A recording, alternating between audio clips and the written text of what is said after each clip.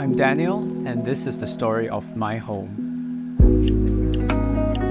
I've been dreaming about having my own home since I was a kid, when I used to build houses with Lego bricks. But for most of us who want to own a home in Singapore, there is a plan. You find a partner and apply for a BTO, then get married and have kids. But what if your life doesn't follow this plan? When I hit my 30s, I realized I had to find my own way.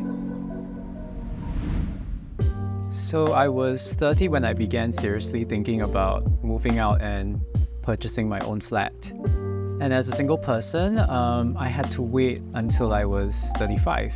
But that didn't stop me from window shopping for a home though. So I log on to PropertyGuru and look for homes and neighborhoods I would like to live in. I think it's an important first step to be able to envision the kind of place that you want to live in. For me, PropertyGuru was an important resource because I was devouring their editorials and blog posts to educate myself about being a solo property owner. I turned 35 in 2020, right smack in the middle of circuit breaker. It's very daunting, and even more so when you're doing it by yourself.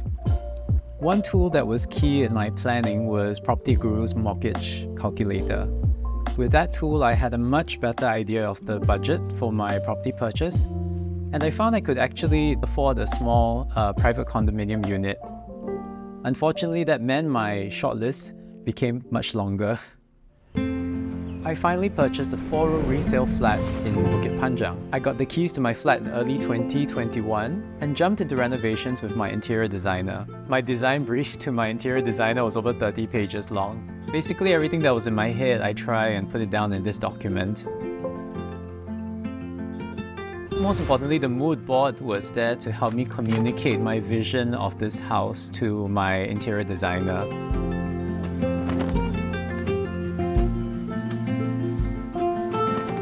When it came to designing my ideal space, my goal was to create a place that was calming, a sanctuary for me to heal and strengthen. I wanted a kitchen that was spacious and extremely functional because I like to bake and cook. So I love making sourdough bread. There's just something about working with dough that I find very calming.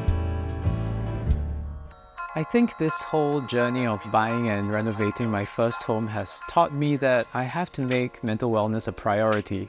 I've created spots in my home for little timeouts. These are places where I can pause and recenter myself. Since moving here, I made the decision to leave full-time employment and pursue a freelance career as a writer and content creator. Now, importantly, I'm living and enjoying my own beautiful home.